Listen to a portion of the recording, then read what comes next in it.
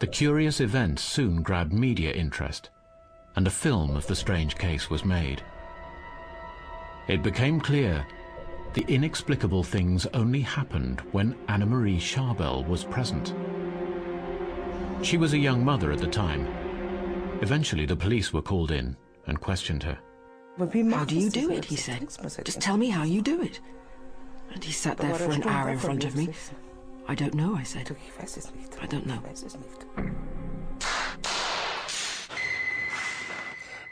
Whenever something happened, the girl was there, but she would become really stiff, couldn't move. And then later on, as things progressed, if something happened, foam would start seeping from her mouth. Could Anna-Marie really cause all this uproar on her own? For the media, she was an easy target. They called her a witch.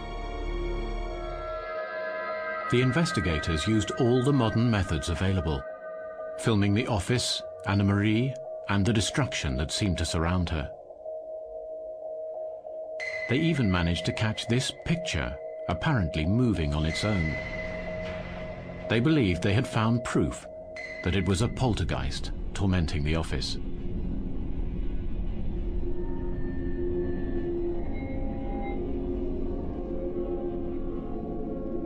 The Rosenheim case is one of the best documented ghost stories in history. Every strange event was recorded, but no one found an answer that explained how or why it all happened.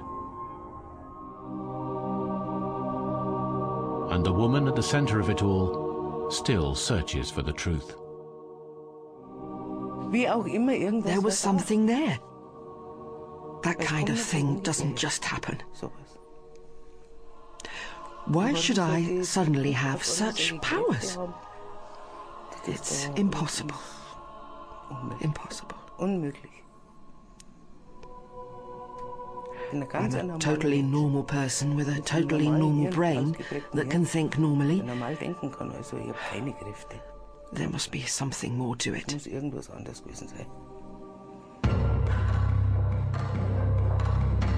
30 years on, and science may now be providing some better answers. With the help of technology, scientists can even create the ultimate virtual haunted house. Will it be as terrifying as the real thing?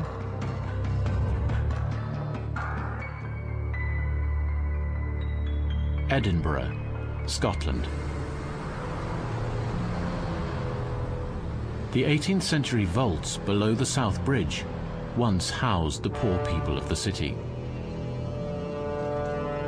But they had to share the damp arches with some gruesome neighbors. As a tour guide, Adam Wollaston is familiar with its history.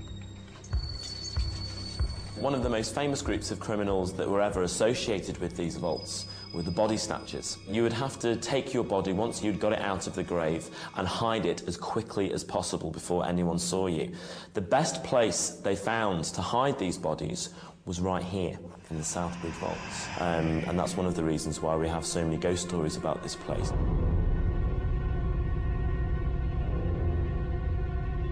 Many people have reported seeing strange things here. With its dark, low ceilings and dank atmosphere, it's an ideal hiding place for the supernatural. It's precisely these conditions that Richard Wiseman was keen to explore, and in 2001, he launched another paranormal investigation.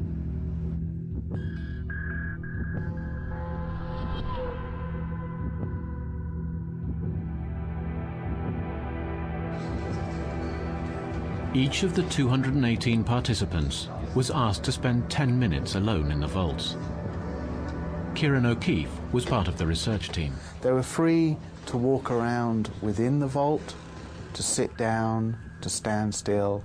They were free to do whatever they wanted, but they just had to report any unusual experiences that they had.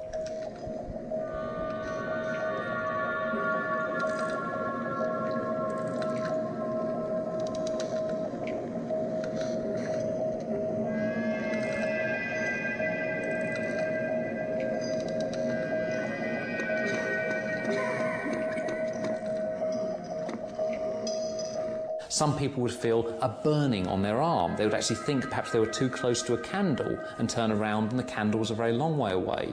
Or they heard footsteps. One person heard their name whispered into their ear. There was definitely a feeling over there of something going past. The coldness on the ankle, and it was like something brushed it. And that's when I was sort of squealed. Very brave. After a few minutes, I felt a really hot burning itch on the inside of my left arm, and it got hotter and itchier. Some of them had experienced something which was reasonably extreme, thought that we'd played a trick on them. So they'd say, well, that was really clever, the way you managed to get the guy with the apron to walk across the door. And we said, what are you talking about? That we wouldn't play that kind of trick. This is a scientific experiment. And at that moment, the experience really became dramatic for them. They suddenly realised they had seen something which simply did not exist in the material world. What was it they thought they saw? The spirits of the undead?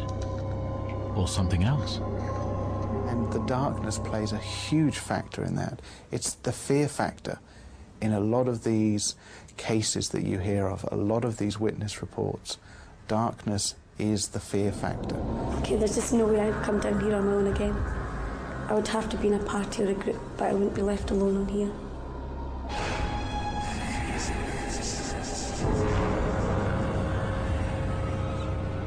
Now, I don't believe in ghosts. What I do believe is that people who are telling us their experiences, that they suddenly felt a sense of presence or felt very cold, are telling us the truth. And the interesting question to me, as a psychologist, is what's going on there. There are no magnetic fields or exposure to infrasound in the vaults. Even the temperature is constant. So what was happening? The main explanatory factor was the way the vault looked. The larger vaults, the darker vaults, the vaults where you would stand in them and say, well, it's a dark corner over there, maybe there's a ghost there, and I find that a really scary and possibly even terrifying idea. Those are the ones that were causing the experiences. So I think for the Edinburgh vaults, we're looking at a haunting which is visually driven. At the Caledonian University in Glasgow, researchers are using the sharp end of science to test this theory. Could a scary virtual environment alter our actual perceptions? Using 3D animation, they recreated the Edinburgh vaults. Participants can take a virtual stroll and record any changes they sense. Computer game specialist Jonathan Sykes developed the model. Now this is one of the most terrifying rooms. People see a shoesmith in the real environment in here. Very spooky. It's very interesting when you actually see the experiment in action, because I can actually see exactly what the participants are seeing, and I can see that there really is nothing there, even though they're seeing very, very strong hallucinations. They're actually feeling breathing on the back of the neck, and I can see there's no one behind them. And it's showing the power of our imagination, that once you feed people with these types of visual images, even though they're not in the actual location, it will still produce ghostly experiences. To put the theory to the test, Richard wanted a real skeptic to sit alone in the vaults in the dark for a long time. His guinea pig is psychology postgraduate student Emma Beebe, who was positive she did not believe in ghosts. The results were filmed with infrared cameras. So how did she manage after the first 5 minutes? Well, I can hear what sounds like somebody else breathing. That's quite terrifying. I'm pretty anxious here.